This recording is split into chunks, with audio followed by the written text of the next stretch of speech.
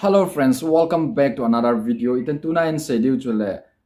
Ita asa nunga khani ata asa video call a mi khat toga ki hona ga avet sa a.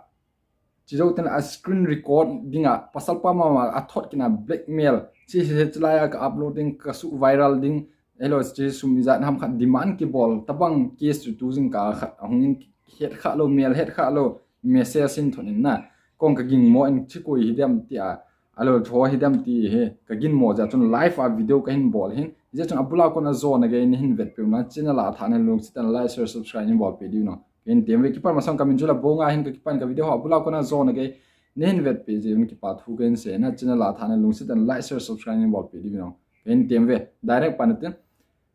chi live ka hin bol alone lone je mi tam ta I ho mi ano o ai na chi ata ham ajo ham wang ki hepon he ma cho ka hin kagin mo ja ka hin bol hin cha he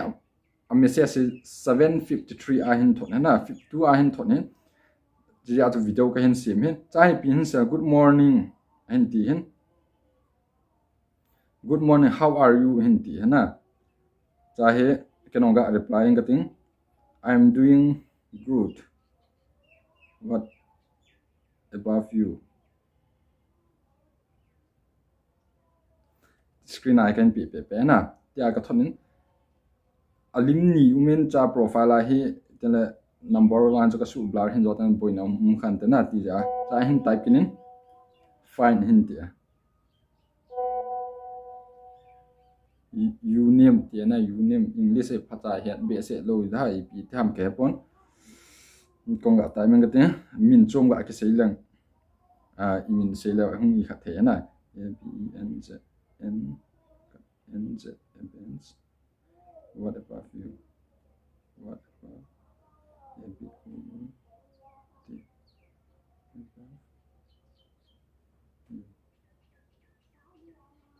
what above you got it na so I can come in here events got it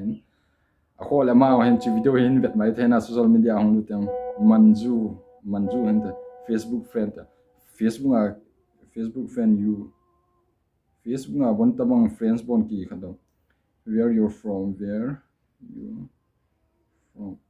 wala ko na ham ka thot kin na ipi hin reply de wang ka pon Delhi in Delhi okay that's ta hin reply kinin Facebook call there now boy thove na English one jo Facebook call now am not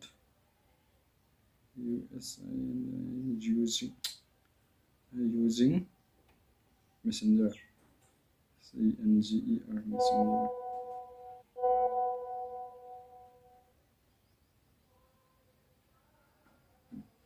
messenger kamang he kati hana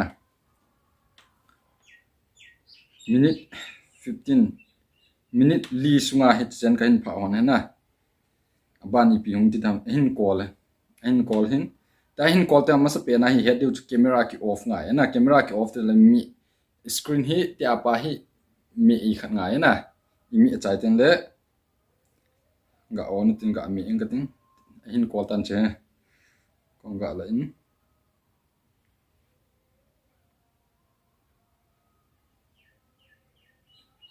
camera ko off na camera mala video ka sim he di ja tan camera ga off in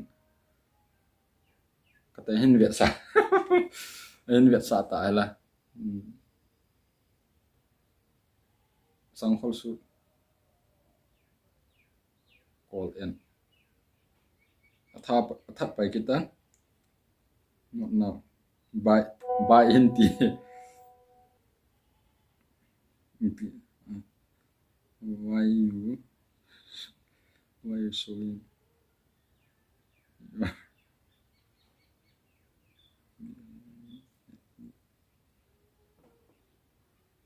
now ta ga reply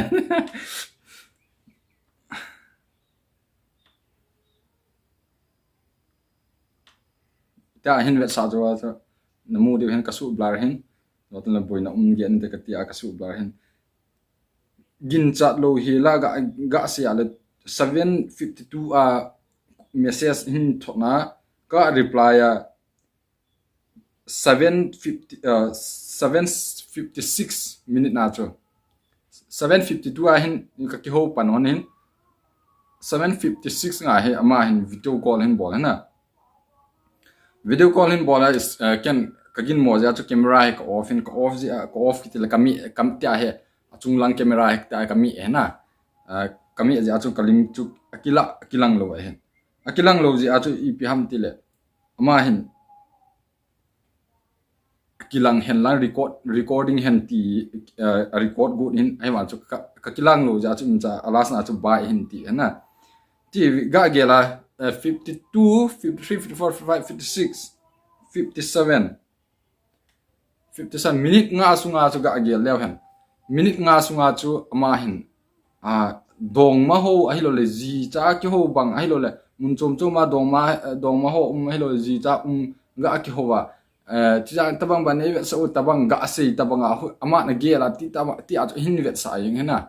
hin vet sa yin chu ga gela la minute nga a mi ita asa ga vet sa yin chu ipi chu le apa en tabang chu hin mis im chaka lo wa te a chu ni te le pasal chu o yin the na ama hon ka sei banga chu ama video ta hi lo mai the ya chi chu kai hin vet sa chu na camera ham khana ko hin 23 second le video hin bol hin amasa cho hin vet sa so ke na ai masa hin vet sa so ke pha na cho sangkhol cho hin shoot ki na ei vet sa zo wa cho sangkhol hin shoot ki din chu ga agela le a hin shoot na cho call tha ni cha cho kalim camera off ji a chu ip hin bol ham ti le video chu atha ai lo la second chu ja chen na cho bol ju yong mai the na mi dang yong cho 23 seconds nga cho cha camera ko off ji out atha hi mai the lo ama ho rule song hi mai the na 23 second bo jiwa cho ama hin sel chi pa wa camera on he alim kalaman he ai lo la alim hi ka ve man he ti a bai on hin bo le na ga ve kin tin ipin i khanam tu bia ma message hin thot lo lai he na vet lo tai tabang chu hin zo teng hin thot mai the in ten next video a hin sim den tabang a chamin izat second ham khana ta asa ve a hin ve sa the izat second ham khana izat minute ham khana nehin nakingai pi the tabang chu lung sit ta ong he pon mi fraud he ti chu iga he diwin ka dei sa hana ka ki pa na bula ko na zo na ge nehin vet pe je in ki pa thu ken se na kong ka wang pha e